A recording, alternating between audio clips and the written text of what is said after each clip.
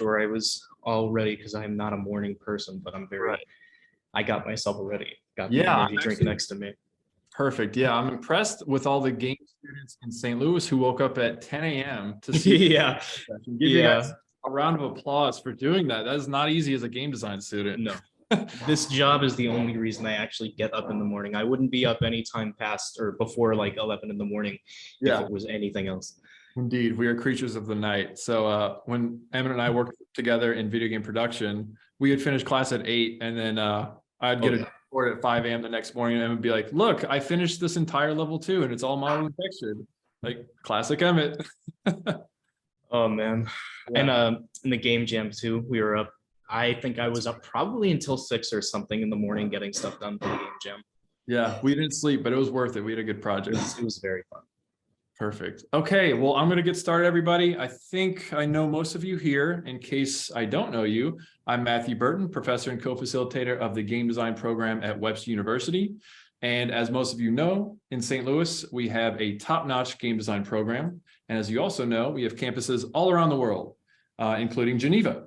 So we are now spinning up a game design minor and program here in Geneva. And we have a few goals with this. Number one, we want to offer classes in both campuses so students from Geneva can attend St. Louis, pursue their game design minor there. Vice versa for St. Louis, students can come to Geneva, take our classes here. We also want to build a bridge between our communities. So I think there's a lot of cool potential for us to work together. And actually, we have another design discussion after this meeting specifically about what that means. So yeah, we're building some really cool things around the game design program. I'm currently working with Francesco Visconti, who runs the media communications program here in Geneva. So Francesco, would you like to say a few words? Well, the interesting thing is that my Bluetooth is not working today. Maybe it's the color of my beard and my hair. So I am the older guy here, so I feel a little bit outdated. But anyways, yeah, the reason why I'm here is also to support the program. I'm very happy that Matthew managed to come to Geneva, and very happy that he managed to invite all these wonderful people like Emmett here. Thank you for being here with us. And yes, it is, everything started with the idea that we wanted to develop a gaming and design program in Geneva. And I thought that Matt will be the right person to support that. So I'm very happy about this. And I'm going to be supportive and so if anyone in Geneva or in St. Louis is interested in understanding how the program works, you can ask me or Matt, and we'll be happy to help you. So I'm going to stop here and let the people know about what they're talking about. Yeah, absolutely. Thank you, Francesco. You're welcome. Like Francesco was mentioning, there's a lot of great learning opportunities and just fun things to do if you're going to study abroad. One thing with the idea of, you guys know my game and app design in Japan class where we build a mobile app and translate it to Japanese. We could do the same thing like that, but we translate the app to French, German, Spanish. We come to Geneva and we learn how to make our app better and iterate based on feedback. So some cool opportunities in the future. So stay tuned for that. But now I'm going to kind of pivot to Emmett. So Emmett and I worked together in the Global Game Jam course, video game production, and everything Emmett did was just top-notch, awesome, extremely impressive.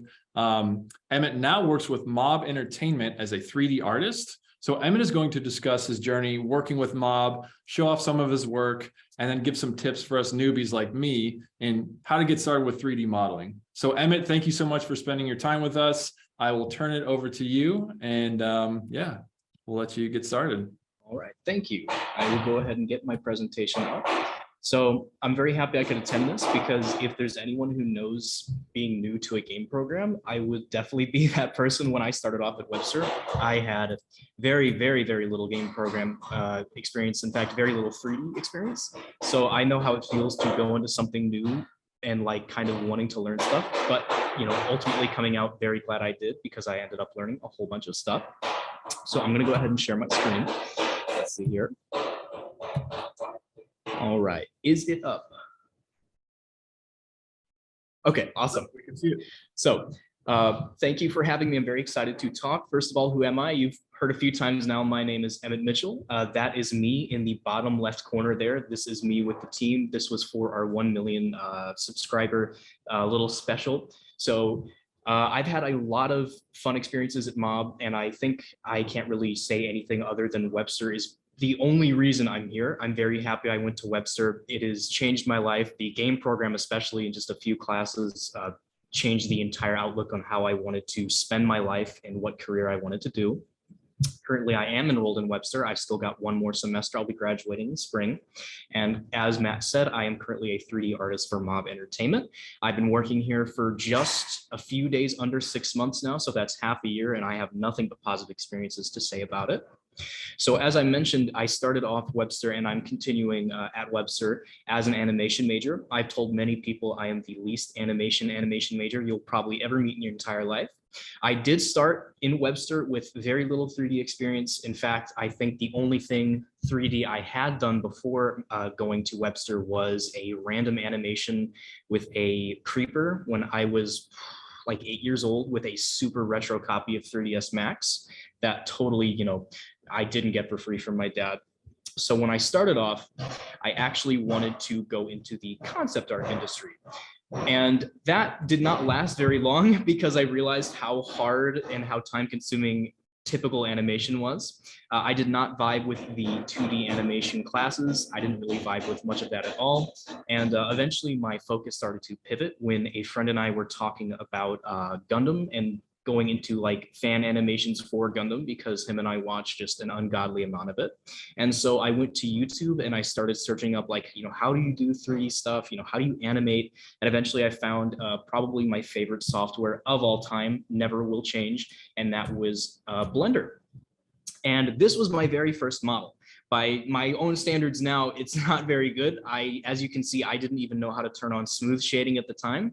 So the one on the left was a original concept. This was after, I believe, probably about a month or two of just watching YouTube tutorials and figuring out how to take the training wheels off. So this is my very first foray into that.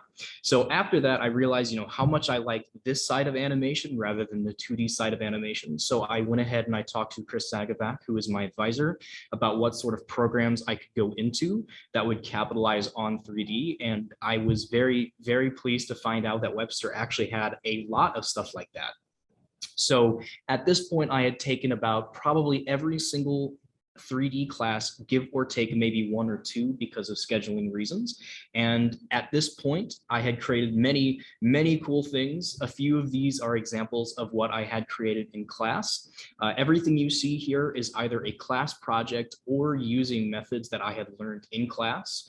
And all of these, they only use 3 programs. That is Blender, ZBrush, and Substance Painter. Some of these were created a little earlier in my adventure. Some of these were created a little bit later. My very favorite class that I might actually end up taking again next semester for an additional credit is 3D character sculpting. If you find that the typical 3D modeling isn't really your deal, you just kind of want to make something really cool, but not have to worry about how well it works in a game or like the poly count or the topology, 3D character sculpting is probably where you're going to find a lot of enjoyment. All you have to do is actually just make the sculpt. Everything else was optional. I didn't have to texture or like do anything else with that. I just wanted to do that on my own time. So if you want to make something really cool without worrying about the logistics, I highly suggest you take 3D character sculpting. But what I actually think is most interesting about my time in the animation program of Webster isn't actually the 3D classes. Rather, it's how I used my knowledge in 3D outside of classes that have nothing to do with 3D. So what I'm talking about is Webster's animation program has a ridiculous amount of classes. They have like character design, they have voice acting, storyboarding, 2D animation, 3D animation, basically anything you could ever possibly want as an animator is there at Webster. And there's a lot of different skills that go into that. Well, as I had mentioned previously, I didn't really vibe with the 2D part of animation. So I wanted to find any way I possibly could to incorporate my passion for 3D into my 2D art. So anyways, I started modeling. And then I actually created a lot of very cool things. For example, these 4 renders actually have nothing to do with animation, or I should say the actual art of animating.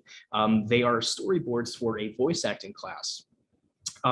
What I very much enjoyed from all of the classes I took, all of the professors, they really wanted students to approach assignments from what they believe is the most effective skill set they have. For me, my most effective skill set at the time was 3D animation. And so this isn't actually the first time I did it. I did it for every single assignment in that class. And I created many very cool things that I have on my portfolio. And I didn't have to do this, but I'm very glad I did, because every time I did an assignment like this and I went the extra mile and included skills that I wanted to improve, I got a little bit better. And if I did not do this, I don't think I would have progressed in the 3D program nearly as fast as I did. Showing these specific examples, I really wanted to have a lesson be able to be taken from this. If there's something you like to do and there's something you want to get really good at, I promise you the best possible way to do that is find ways to incorporate that into your daily life, and find ways you can kind of take something that you might not really want to do, might not be fun, and find ways to incorporate your passions into that. And don't be afraid to do something differently just because it's a little bit different from what everyone else is doing. For example, like I said, in my voice acting class, everyone was very, very skilled at drawing. I was not. So I was the only person out of my entire time at Webster who did stuff like this. And at first I was a little embarrassed because I'm like, oh gosh, are they going to think I'm like trying to be a tryhard or something? And, you know, I still had that feeling my first few semesters, but eventually I actually kind of got used to it. So what I'm trying to say here is just try to do everything you can to just keep sharpening your knife, and eventually you'll just keep getting better and better. So eventually I had taken all of the classes that were basically required of me for animation, and I was on to figuring out electives and stuff like that. And I'm not gonna lie, from someone who doesn't vibe from 2D animation, a lot of the classes I saw didn't really interest me. So I talked to Christopher Sagaback to see if there was any other possible ways I could look into expanding my skill set without having to actually do things that I didn't find particularly interesting. And he recommended that I look into the game program. And at first I was kind of worried, because when I went into Webster, I had no idea of anything that went into game design. But I thought, you know, I wanted to go into game design as a concept artist at first, so I might as well give it a shot. So we looked at what we had, and he actually recommended me the Global Game Jam. It wasn't actually even a full class. It was a single weekend of the entire semester. And I went ahead and I accepted that, and I added that on. And even though it was only like, I think 2 or 3 days out of an entire semester, I knew literally nobody in the room. I didn't even know Matt at this point. You know, everybody was strange and new to me, and I felt very out of place. I went ahead and I did it, but those 2 days changed basically my entire life. So we went ahead and we made this game called Zombies Ate My Homework. The theme, I can't remember exactly what it was. Do you remember what it was, Matt? It was Lost and Found. Yes, Lost and Found. So we had to come up with a concept for Lost and Found, which eventually we came up with this almost Space Invaders type game where you were a student in a classroom and you had to shoot zombies with the random stuff you found from the Lost and Found. So here's some screenshots from the game. So my role in this, it was a little bit strange. At first, I was primarily on the environment. So in Photoshop, I drew up a whole bunch of stuff. The desks, the floor, all of that stuff are all individual assets that I eventually put together in a layout that the game artist could use. But eventually, I actually had my hand in basically every kind of area just because we needed some extra help here and there. So eventually, by the end of it, I believe I was environment design. I had some UI in there. I helped the character animator because we needed to get that done really fast. And I've done some prop design for the game as well. So that was a very fun experience. I think I had the most fun in 2 single days than I did in my 2 years of like college in general up until that point. And it still remains like one of my top 3 moments of my entire student career. If I was able to do it again, I absolutely would. But this actually isn't my favorite thing that I did in the game design program. That will be coming up in a few slides. But after this, I kind of realized like, oh my gosh, you know, I feel really at home with these people. I knew nothing about them until a few days ago, but now that I was able to talk to them, I was able to relate to them and have a better time with this group of people than I did with like any of the animation people. You know, sorry to the animators, you know, I just couldn't vibe with it. So I did try to continue my work in games after that. So it was kind of a little bit of a random period where anything went. I took an alternate reality class. I think that was it was another special topic. So it was a very short class. It was, I think, either a week or a week and a half or something like that of an entire semester. It was really fun. That's the top left. I learned how to project stuff onto barcodes. That's really fun. I do try and use that where I can. I have some plans that'll be really fun for that. As well as that, I actually went and helped some of my friends make some random game projects completely unrelated to Webster. These two screenshots you see on the right are actually a escape room idea we never finished that was going to be at an optometrist. I think that's what they're called. So that was kind of biding my time until I could get my foot a little bit more into the games program officially at Webster. And eventually I talked to Christopher Sagaback, who recommended I do video game production. And that was probably the best possible decision I ever could have made at Webster. Video game production is a class where you go and you spend an entire semester just creating a game with a group of students. And I actually ended up submitting an idea. At the beginning of the semester, you could submit an idea for the game you wanted to produce. And, based on votes, you would either go on to the creative director role and create that game with a group of students, or you would join another group under the command of the creative director and make their game. So I actually did submit one, and I got lucky and I squeezed through. And that is where probably the culmination of everything I've learned at Webster came into play, and that is a game called Gravity. I wouldn't really call it a game. I'd call it a polished technical demo, mainly because we only had a semester and we couldn't finish it all the way.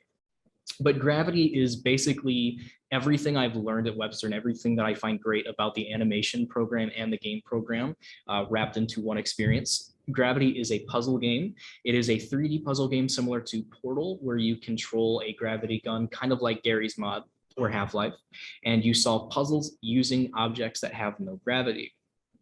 So I was the creative director as well as the primary 3D artist on Gravity. One challenge I had on the team was I was the only one that at that point had like a little bit more of an advanced understanding of 3D. So I did almost all of the 3D models. Let's see here. So what I enjoyed about the game production class was it capitalized on not just the game program, but everything I had learned from an animation standpoint up until that point. So, for example, as an animator at Webster, you do have to take 3D modeling. It is a required course. And there you learn all of the fundamentals about, basic topology, UV unwrapping. You actually get to learn a little bit about texturing as well. So these 4 screenshots are actually the gray box levels, except for the one on the bottom right. That's actually a sketch that we made really early of the level we wanted in the game. And using everything I had learned from the games program as well as the animation program, we were able to turn these very basic ideas into very, very pretty, very visually appealing levels for the game. So Gravity is probably what I would give my most reasoning why I have my position at Mob right now. Matthew Burton, who is my favorite professor at Webster, he actually nominated me for this thing called the Webster Student Showcase, where the students that are selected by professors go and they kind of set up a reverse job fair where they get to show themselves off for potential employers. And Gravity was actually my ticket into there. So I had a little booth set up where I showed off Gravity as well as some of my other personal work. And that's where I met the fine folks at Mob Entertainment. At first, they were kind of intimidating because, they're a bunch of game devs just like us. So a lot of them weren't the most social people ever. So I was like, oh gosh, did I screw that up? And eventually they messaged me on LinkedIn saying like, hey, you interested in talking? And I was like, heck yeah, I am. So I went ahead and I talked to them. Got an internship there, and eventually that internship really quickly evolved into something that is eventually going to be, a multi-year project that I can't talk too much about right now, but I will go ahead and go on to Mob Entertainment. So as I had mentioned, this is my 6th month at Mob Entertainment, and I have nothing but positive experiences to say. I'm very happy that I, put as much work in at Webster as humanly possible to get here, because there's a lot of stuff that I learned at Webster that I use every single day here. My 2 main projects that I'm working on right now is a game called Project Playtime, which is a survival horror cooperative experience. They recently revealed that to the public. It'll be coming out December 2022. My second project that I'm actually more excited about, unfortunately, I can't really talk too much about because it's not super public, but I will say, this isn't going to be out for a while, but it's very cool. I'm very excited to have more stuff go public about that. But in my job here, I use 3 programs every single day, like without fail. And that would be Blender, that would be ZBrush, and that would be Substance Painter. So if you're a 3D artist and you're wanting to go into the games field, I promise you learning these 3 things are going to drastically improve your chances of getting a more solid position at a games industry. I will go ahead and address one thing really fast. There is the eternal debate whether or not Maya or Blender is the more professional alternative. From my experience, I had talked to not just mob people, but I have actually had conversations with people that are in other video game industries, as well as I've done plenty of research into job listings in not just like, the United States, but everywhere else, like in the UK. As the future goes on and Blender gets more kind of adapted by everyone else, you can actually get way further using Blender than you used to be able to without using Maya. Here at Mob Entertainment specifically, you do not have to have any Maya experience to actually get a job here. It is nice because there are some people here who use Maya, so being, connected in that way is nice. But if you don't like Maya like me and you learn Blender and you don't like learning like completely new stuff to do the exact same thing, it's okay to just use Blender. So I went ahead and I actually got permission to show one thing off from our upcoming game. Not too complicated, but I'm going to go ahead and showcase the pipeline. So for people who are curious what kind of goes on in the life of a, everyday game dev, it's very simple. Every day is kind of following the same principles as a 3D artist. So everything starts off, you are given the concept art for an item. This is the concept art for a cosmetic that is going to be in our upcoming game this December. It is modeled after a hoodie that we actually sell on the merch store in real life. So I had plenty of, references to use, plenty of concept art, but you're going to receive art from someone who is, in a different area than you. This basically serves to get the primary details established. You are going to be able to see that from multiple angles. I couldn't fit the whole thing in because I needed to be able to show all 3 stages, but usually when you're given concept arts, it's going to be either a 3 or 4 point turnaround. That way, you know how to view something from every angle. And this is kind of the most important part that I feel was kind of hard to get used to going in from personal projects to a professional setting is the designs are final. You have to stick to these designs. When I would do personal projects in my free time, I still do this in my personal projects in my free time. If I make a mistake and I'm just like, I think this could work, or if I'm like, I'm gonna make this design choice. Unfortunately, when you're a 3D artist, you don't really have that luxury anymore. You have to stick to the concept art. So that is a challenge that you kind of face on the job. But once you kind of get over that and you get used to that, you go on to create high poly assets. High poly assets establish fine detail.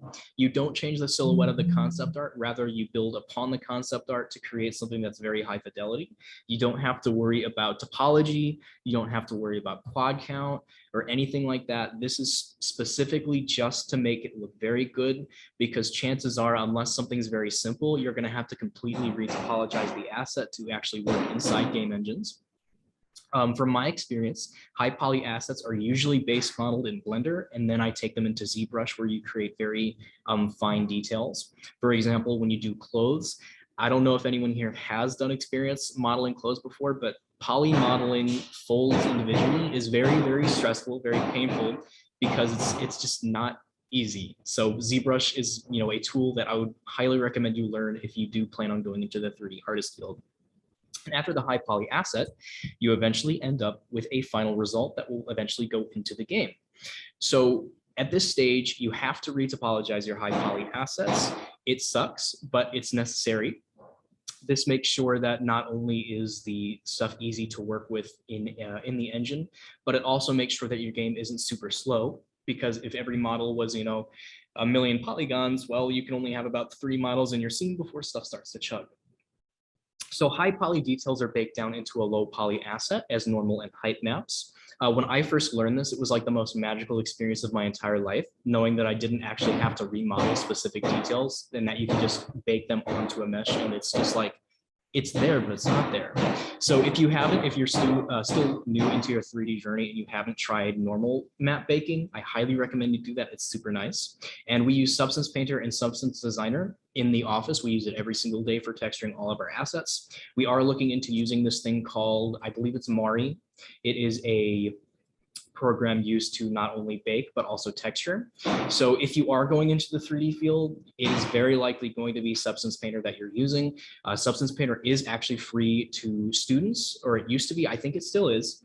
So if you're a student and you want to learn it, it's completely risk-free. And I promise you, if you are in 3D and you've tried using node-based texturing, it's way better than node-based. You don't have to worry about plugging all the spaghetti nodes into everything. It's actually a lot like Photoshop. So if any of you have experience with Photoshop and you want to learn how to texture 3D models, I definitely recommend learning Substance Painter. Next, I'm going to go ahead and go over some quick things. First, this is actually, I actually completely glossed over one quick thing. Once you are done with the model, it is going to be very imperative that you are good with feedback, because every single day we have dailies. Dailies actually establish, what we can do better, what we can change entirely if we need to about the products we're making. So every day after I am done with a project, I will take what I've gotten done with that day and I upload it to a site called SyncSketch. That is where everybody in the department can actually look over stuff and provide feedback. For bigger projects, we'll actually sit down in a conference room and just go over everything. So it's very imperative that you don't take stuff to heart, because I've had to change models entirely. Like, I actually just recently finished a cosmetic that I did months ago. It was one of the first ones, but because we established a new pipeline, they were like, let's change it entirely. So don't feel bad if you have to remodel things or change things, because it's not about you, it's just about the whole process. So next, I'm going to go over a few things. I'm going to go over what I would recommend for people who want to get into 3D modeling, and then I'm going to go over a few things that I wish I had known a little bit earlier in my career as a student. So if you're new to 3D modeling, here's a few tips I give you. Failure is a necessary step to success. Don't be afraid to completely remake parts of your model, if not the entire model. I can't tell you how many times I've done that before. I'm actually modeling, I'm doing a personal project that I'm trying to involve motion capture in. And I think I've remodeled the arm of that object probably 4 times now.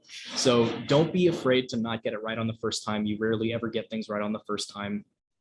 It's all about just learning from the process and getting better every single time.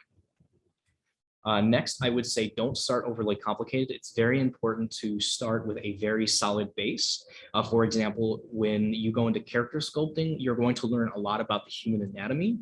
You're going to learn very quickly how uncanny things can look if you try to make something that isn't a base human look human. And what I mean by that is no amount of really high level detail can make a very fundamentally weak model look professional. So make sure, I know it's really tempting to start a model and then immediately want to get into the really cool, panel lining or the really cool musculature and all that stuff. It's very important to just start strong and make sure that base is there before you go into that. And also, I will say working low poly to high poly is also just going to make it a lot less frustrating on you.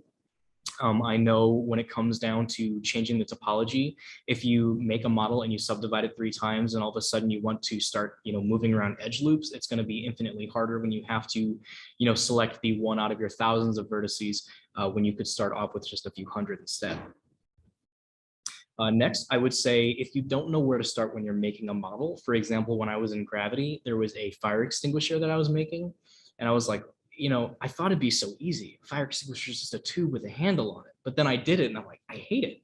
So I didn't know where to even begin. I would make it and then I'd trash it and then I'd start making the handle and then the tube and then I'd scrap it and then I'd start by the gauge and then the handle and the tube and then I'd scrap it.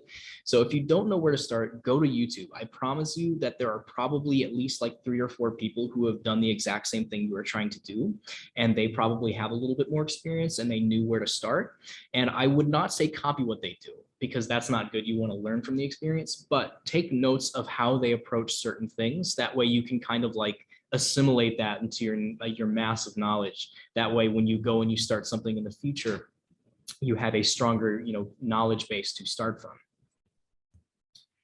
And finally, I would say practice makes perfect. You've probably heard this 1,000 million times, but I promise you there is no sure statement. Practice does make perfect. Make room for 3D modeling every single day. It may be difficult at first. You might actually hate yourself at first. I know I did. There's nothing more frustrating than being bad at something you really want to be good at. But I promise you, once you kind of get over that initial hurdle of just I'm still learning, you'll be amazed at the things you can do and how fast you'll actually start improving. So even if it's just a few hours every day, do something. Even if it's something super simple, like you saw a pencil and you're like, I'm going to model that pencil just so I can, keep things fresh. A few things that I wish I learned earlier in my career as a student. Obviously, I was not a perfect student. There are plenty of things I would do differently if I could go back and redo the entire process over again. So first, I would say, don't keep putting off learning how to do that thing. I guarantee you, every single person, when I said that thing, something connected in your brain and you're like, oh yeah, I know that thing. So everyone has that thing that they don't like. For me, at first it was UV unwrapping, and then it was retopologizing.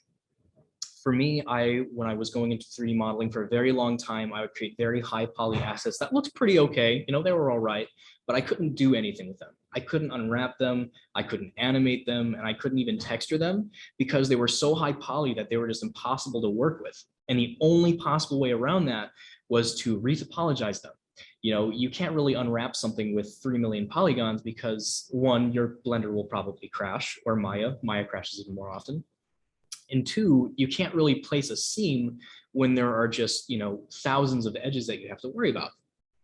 So, if you have that version of what you don't like to do, maybe it's UV unwrapping, maybe it's like learning how to mess with nodes or something like that. I promise, do it. You'll hate it, but once you learn how to do it, you're going to love yourself for it. Specifically for me with retopologizing, I learned how to do that. It took a while. It took me giving up and then having a software do it for me. Doing stuff by hand will always yield a better result. But after I learned how to do it, I felt great. I'm like, wow, this is great. The stuff I'm making, I can actually put into games now. And I end up using that skill basically every single day at this job. If I did not learn how to do that and I just kept putting it off, I would not even be able to get my models into the game because they'd be way too high poly for that. Because when you get into the game industry, the stuff you're going to make, it has to meet a lot of specific requirements. You're going to have to meet a poly count.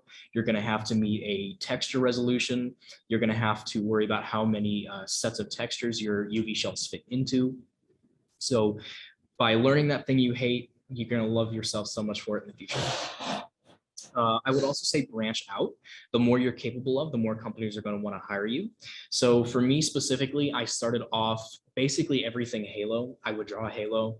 I would model Halo. I would, think about Halo while I'm in my math class, how much I'd rather be playing it and creating stuff about Halo. But Halo only gets you so far. So if you have something you really love, that's not a bad thing. Having something you really love kind of helps build your character as an artist. But you do want to start branching out eventually because, not every company wants to make another Halo. Some people want to make Nintendo Pets or something. Maybe they're trying to make a fashion game or an architecture sort of building game. And unfortunately, Halo doesn't translate to that. So do expand your horizons as much as you humanly can. You might even find that you like some sort of stuff. Like for me, I hated modeling clothes at first. Clothes are like, you have to worry about folds literally everywhere. When your arm moves like this, you have folds that move around your chest. But eventually, after kind of learning how clothes work, I actually kind of like it. It's kind of fun. So do that as much as you can, because I promise companies are going to like you for that. Next, I would say don't be afraid to step outside of your comfort zone. You never know what you're actually going to end up being very good at. I would not have even gotten this job at all if I never decided to start animating stuff just for fun and ended up, really liking that. And that doesn't just go for what you actually want to do. Like, it doesn't have to be an entire career choice. It can be something as simple as, I want to learn this software, or like, I want to learn a new method of doing something. For example, when I first learned Substance Painter, it was something that was just completely new to me, but I wanted to get better at one specific part of the process. So when I stepped outside of my comfort zone and I did something different, I grew from that and I learned from that. And it's something I use every single day at my job. And lastly, I would say this is very, very important, and I'm still kind of suffering from this. Stay organized. I can't tell you how important this is. When you're working with a team, you are going to be required to use very specific naming structures, as well as, softwares. For me, I use Dropbox, but I also use this thing called Prism and Perforce. All three of these are for organizing files. Each one does it in their own way. And each one requires that we organize our files in a specific way so that the software doesn't get confused and break. So if you have 100 items in your scene and you give it to your person who's going to rig your model, and they are looking through 100 different cubes, cube 001, cube 002. They're going to get very annoyed at you very quickly by not organizing your stuff. And when you come from an entire, college career of being super unorganized, and then you're thrown into it, it's like, by the way, I want this to be named this to be named this. You're going to have to make sure that these are included with this. It's kind of jarring. So the earlier you get used to following very strict, file organizing methods or naming conventions, the better off you're going to be. That's, I believe, all I really have. So if anyone has any questions about the experience or, kind of tips or cool hacks they want to know, feel free to ask and I will give my best answer. Okay. It's also completely okay if you don't. I know it's very awkward to like talk over Zoom. Yeah, don't be afraid, everybody. Remember that thing, you can overcome it. If that thing is on Zoom, now's your chance to overcome it. But that's actually one of my big takeaways from this lecture, I'll call it, Emmett, that that thing always, I wish I would have learned that earlier, that, that thing was 3D game development. I stuck with 2D for so long. It's like, 3D looks kind of tough, right? It's kind of scary. But once I dove into it, it's like, oh, okay, it's not so bad. And it kind of snowballed into me learning augmented reality and virtual reality. So it is something I wish I would have done sooner. I do have a question. Sure. Oh, another big takeaway that I love that you said was how to incorporate things that you love into things you don't. That's a really, really cool creative solution to a lot of problems I think a lot of people have, because what you do has to be fun. That's the only way to get really good at it. And once you get good at something, people pay you for it. Hence, your situation. Yeah, I would say my entire animation experience in the animation program at Webster would have been vastly different if the professors would have said, you can't do that. You have to do it this way. You have to use this program. You have to draw it. I probably wouldn't even be here because I would have been like, I hate this. I don't even enjoy it. So it's very important to do everything you can to make what you do enjoyable, because if you don't enjoy it, the product you make isn't going to be worth it. Yeah, absolutely. Couldn't agree more. I do have one question, and sure. I know you spoke about when you started off, you want to do concept design, and now we have all these tools, artificial intelligence, concept design tools, Midjourney and DALL-E to be specific. Do you guys use those tools within Mob Entertainment? That's actually a really good question, because I know AI art is a really hot, button topic in the world of game design, because no one wants to feel like they're being replaced by a machine.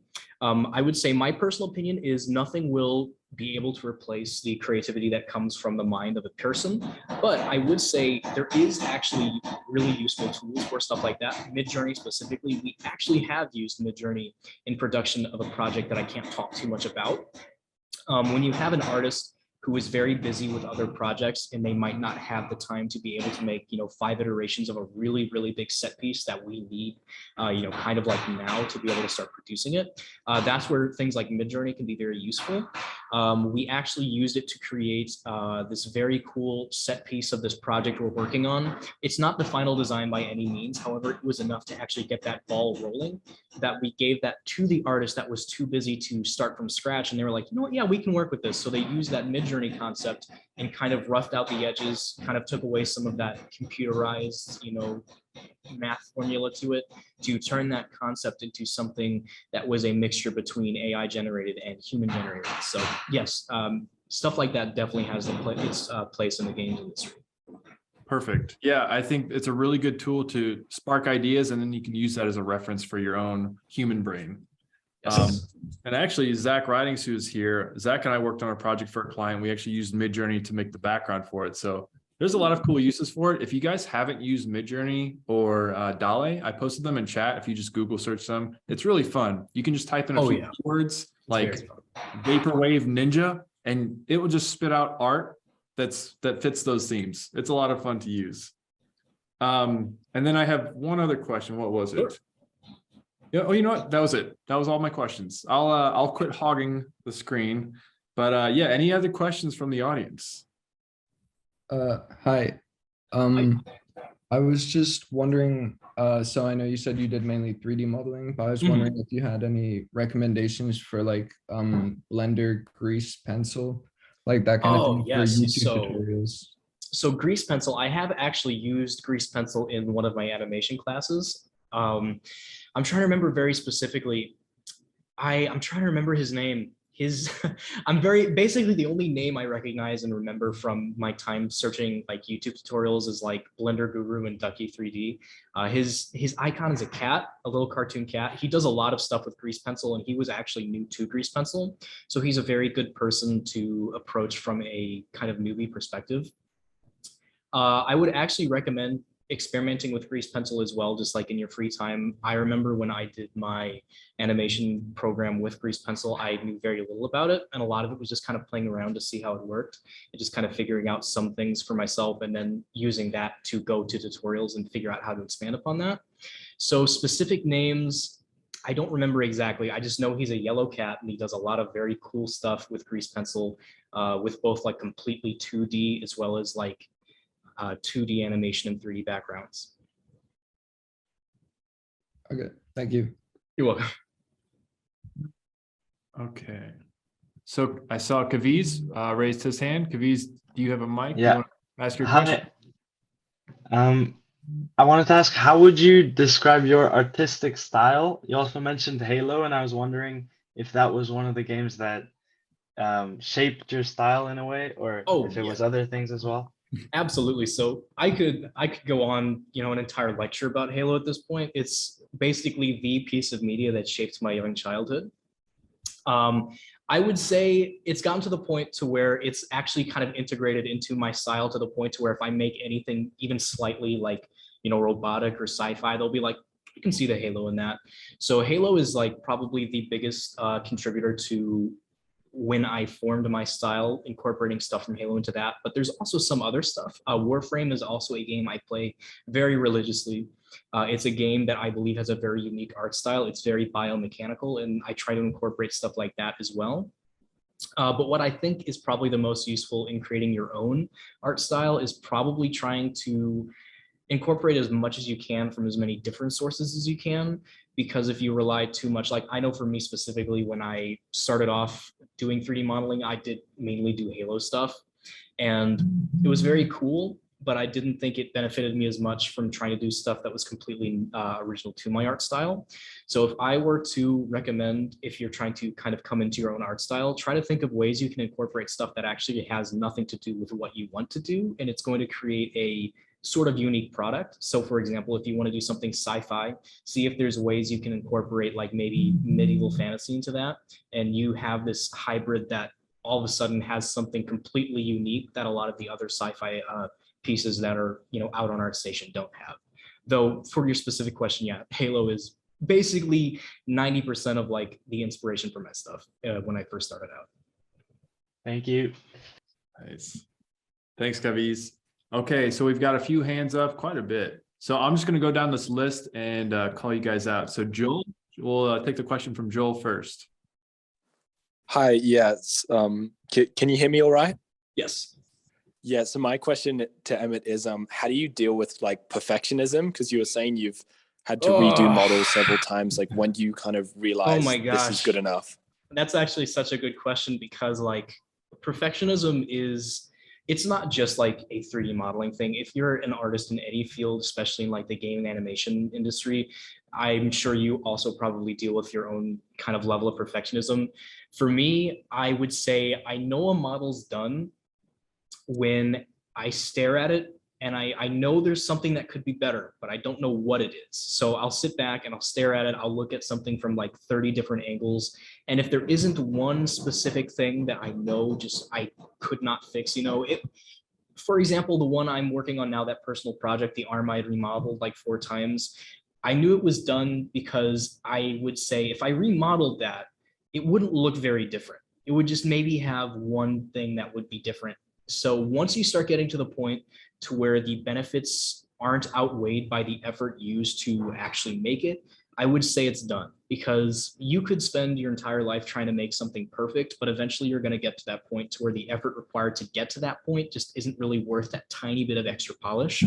So I would say that's the point where I would just completely, stop, move on. After that, maybe I'll start feeling a little bit better afterwards. So that's probably how I would deal with perfectionism. And I still deal with it every single day. And especially once you start working for a company that expects very good things from you and you're like, oh my gosh, are they going to like this? It starts getting even worse. But That's my general take on that. I think your real take, Emmett, is just make it perfect. Yeah, if it's not perfect your first time, never try again. That's a joke, of course. Don't do that. Awesome. Good question, Joel. Thank you. All right, let's go down the list. Mateo. Hi, can you hear me all right? Yep, all good. Perfect. I was just wondering how you found and what was your experience going from university to a career and a company? So this is actually a very good question because I don't feel like there is a solid answer for this. So I know there's a lot of people I've talked to in my time that think college is kind of like, oh, it's a scam, you're just going into debt. Well, I would say university, it is ultimately what you make it. So my recommendation when you're going from that transitional period from university to a career, do every single possible thing you can in the university that would transfer over into a career. Basically treat your university as a career, if that makes sense. So when I was in the game program, I know there was, when I was making Gravity, there was a little bit of internal heat because some people weren't taking it as seriously as others. And, that kind of brought the project down at certain points. And I kind of had to start, lighting fires saying, you got to get this done. If you treat your time in university like you are at a job, like you're being paid for it, I feel like you're going to set yourself up for when you actually get into the job, like far better than someone who's only there to get the assignment done, get a B on it, maybe, they just want that grade and they want that degree. So if you are wanting to go into a career, the best possible way you can set yourself up is just treat your life like it is the career. So when you go into it, it's like most of that stuff is going to transfer over anyways. I hope that helps. Yeah, that was a really good answer. Thank you.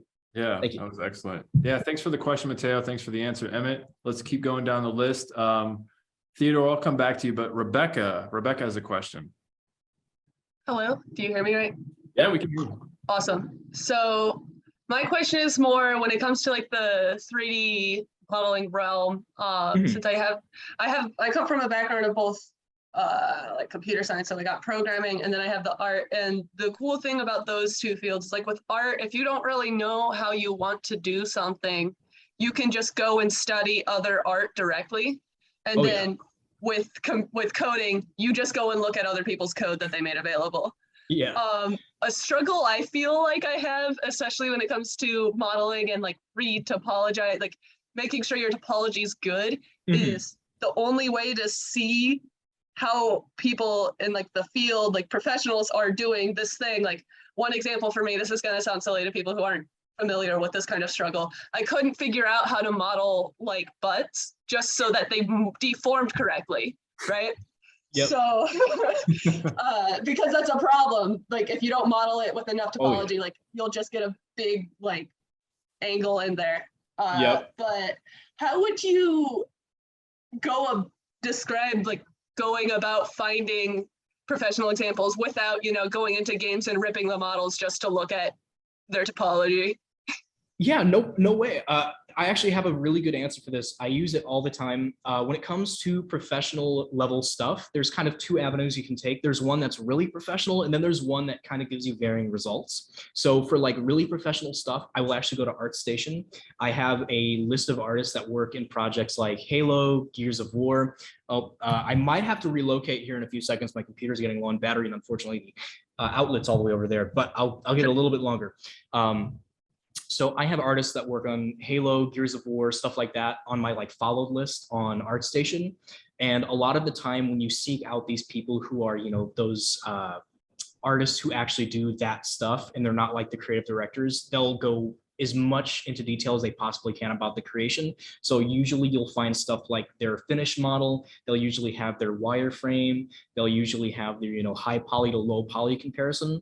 So ArtStation is a very, very good resource for stuff like that. And if you're looking for specific examples, for example, like you said, if you're wanting to learn how to do a butt, try looking for games that have butts in them. That sounds very weird, but like find an example of media that has that, and then see if you can go into the credits and find who did that, and then go to ArtStation and see if you can find them. Chances are they're going to be showing their stuff off in as much detail as possible. And if you want the less professional example that kind of gives you varying results, I would go to Sketchfab. Sketchfab is fantastic. You can go and you can find models like what you want to create, and then you can actually view them, in the web format, and turn on the inspector, and you can look at like the wireframe and see where they place their edge loops, where their pole vectors and stuff like that. I use Sketchfab basically every time I start something that I've never modeled before. Those would be the two I would recommend. And of course, you can always go to YouTube and see. YouTube is very kind of like hit or miss, sometimes you have someone who knows what they're doing, sometimes not. But I hope that helps a little bit. It does. Thank you. You're welcome. Awesome. Thanks, Beck. Okay, I'm going to keep going down the list. Michael, it looks like you have your hand raised, and I saw you also posted on chat. Are you available to speak? Hi, sorry, yeah, I'm just at the train station right now, so all I'm good. scared that mid-speaking, a massive train's gonna go right by. So. If so, I'll cover the rest. Yeah, so my question was, I understood that like at least your main goal is to do like animation, model work, and things like that. But in terms of like model rigging in general, I have some experience, but I just can't work it the best way, or the way I wanted to move as intended. Do you have like any tips and tricks? So for rigging is something that it is a process entirely in its own. I remember rigging was probably my least favorite part of learning how to do 3D, because it's so vastly different from actually modeling and texturing and stuff like that. If I had to recommend anything, if you're starting out learning stuff, I would of course recommend watching stuff on YouTube, but there are also some really good auto riggers that will kind of get the process started for you. So for example, when I'm rigging something, I'll usually start, and I don't want to like start from the ground up, of course. I will use either Mixamo or like Maya's, I can't remember what it's called, like Human Rig Maker or something like that. Blender even has one too. And that'll kind of like make a very decent base. And then I would empty all of the weights, and then I would kind of, separate some of the bone groups, and then I would kind of build on that. There is absolutely no shame in starting off with like an auto-generated base, and then just kind of using that as a way to kind of build off on top of that. So that would be what I'd recommend for the software side of things. For like, just in general, I would say, don't be afraid to just kind of like try different things in the 3D like field specifically. You're going to actually kind of go out of the box sometimes and accomplish things in ways that you wouldn't actually even expect. For example, we're working on a cinematic right now for one of our upcoming projects, and it involves one of the character's arms to be completely separated from their body, and you can't do anything else. Well, instead of like making an arm rig and do that all on its own, the character is out of the camera and the bones are just moved all the way. So his arm is like stretched across the entire scene. It looks insane if you look at it from literally any other view, but from that specific camera angle, it looks exactly how you need it to. So don't be afraid to kind of think of like unorthodox ways of doing stuff if it gets you a result that you like. I hope that helps, because rigging unfortunately isn't my like wheelhouse. We have two people who do all the rigging here that I can't even begin to know how they do the stuff they do. It's insane. So yeah, I understand the pain with rigging, but I hope that helps at least a little bit. It does. Thank you. Yeah, actually, I want to show one of the tools Emmett was just talking about, Mixamo.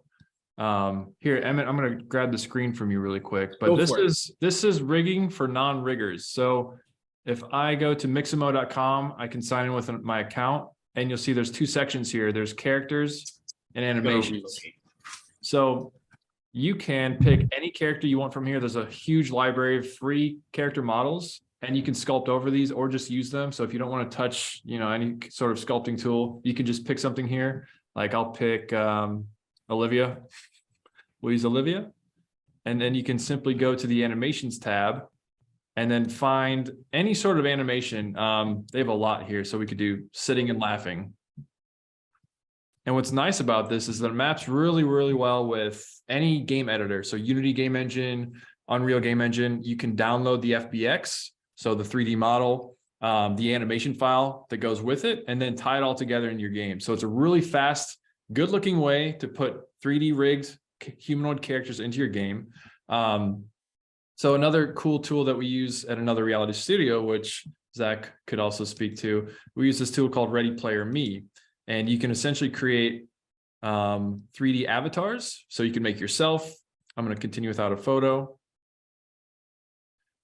And this works really, really well with Mixamo.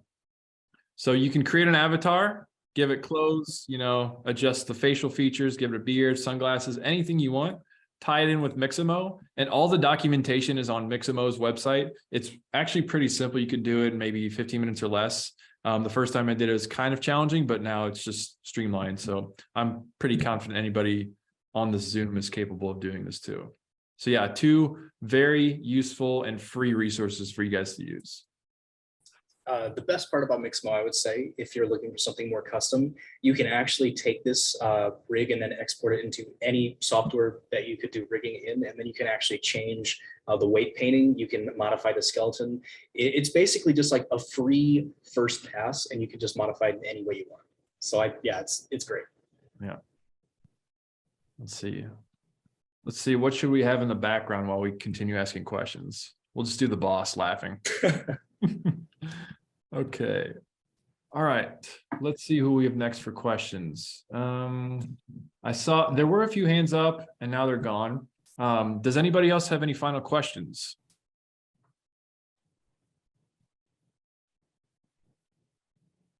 No more? Okay, Emmett, thank you so much for your time. What you do is incredible, and we're all extremely proud of you. Thank you for spending your time and sharing your experience with Mob and all of your awesome work, and for all of your pro tips. That is honestly really invaluable. So thank you so much.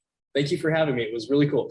This was my first presentation, so sorry if I kind of got stumbled over my words a few times. It was fantastic. I'd like to do a group picture. So if you guys are all being brave, could we all turn on our cameras and do a quick group pic? All right, we got a few brave souls. Look at that.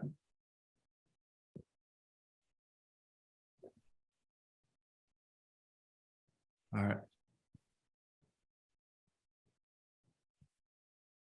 Okay, 10 more seconds to turn on your camera, and then we'll take the picture. Cool. And good questions, guys. Thank you for asking all those great questions. Okay, ready? All right, group picture in 10, 9, 8, 7, 5, 4, 3, 2, 1. Awesome. Cool. Thank you, guys. All right, how about one more round of applause for Emmett? Oh, you guys should have unmuted. It was just me clapping. Cool. Well, thank you again, Emmett. I hope you enjoy the rest of your day. So good morning, everybody in St. Louis. Good night to everybody in Geneva. Thank you for your time, and I'll see you guys later. Thanks, Emmett. Thank you, guys. Have a nice night, you guys.